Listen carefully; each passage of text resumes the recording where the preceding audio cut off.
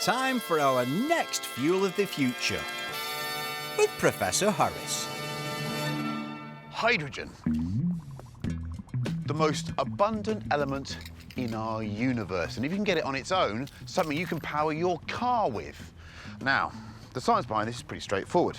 In one end comes some hydrogen, and it mixes with oxygen from the atmosphere. There they go, mix, mix. And through a complicated exchange of protons and electrons and other things, you get, this is the clever bit, electricity. That and that equals that.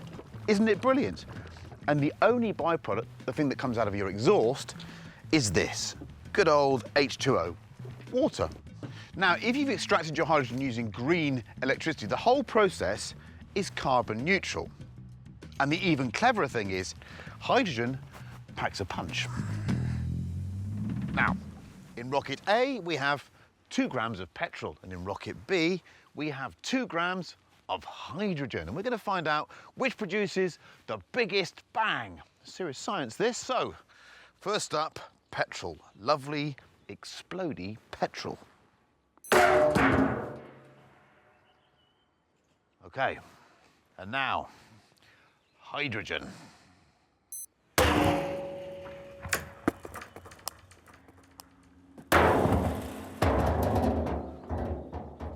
It's a clear win for hydrogen. The only problem is, while a few companies are developing this exciting, elegant technology, up to now, the most exciting, elegant car that anyone's found to put it in is this.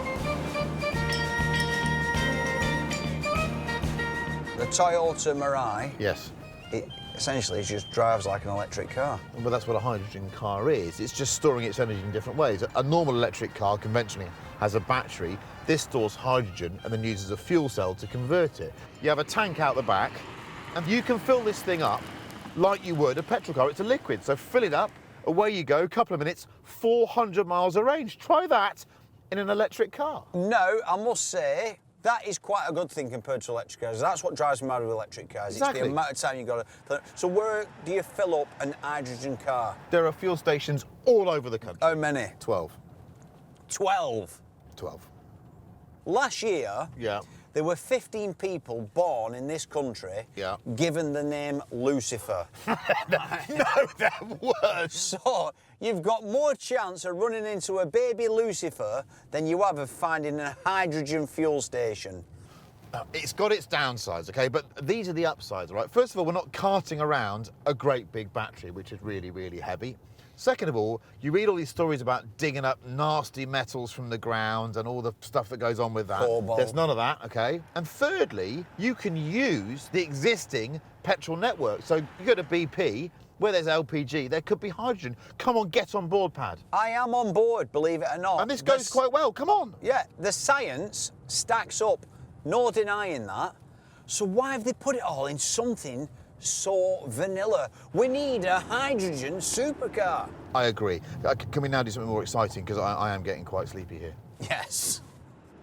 Indeed we could. Because what if there was a way to go green without giving up on the combustion engine? A way to go green without giving up all that noise, that drama, that soul. Introducing synthetic fuel.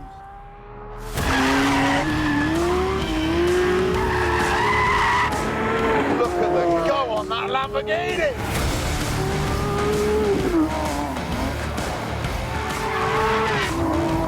Man alive.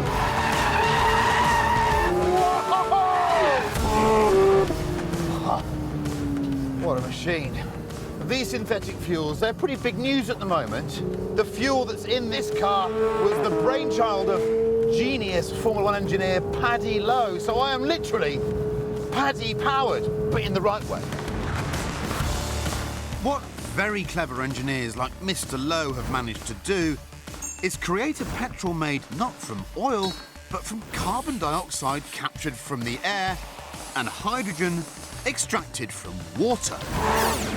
The result is a fuel that, when burned, emits only the CO2 that was extracted to make it in the first place.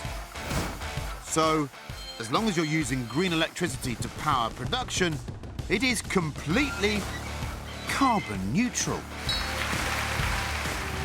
And the really good thing about this is it'll work in any petrol car, no matter how old or how new.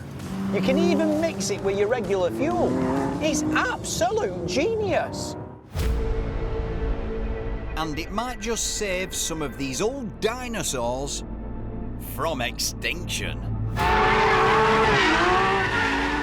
Oh, they say the Aventador will be the last Lamborghini without electrical assistance. The last free-breathing, pure V12. And just listen to that noise! 759 horsepower. This new GT3 just ticks all the boxes. Flat 6, normally aspirated, revs to 9,000 RPM.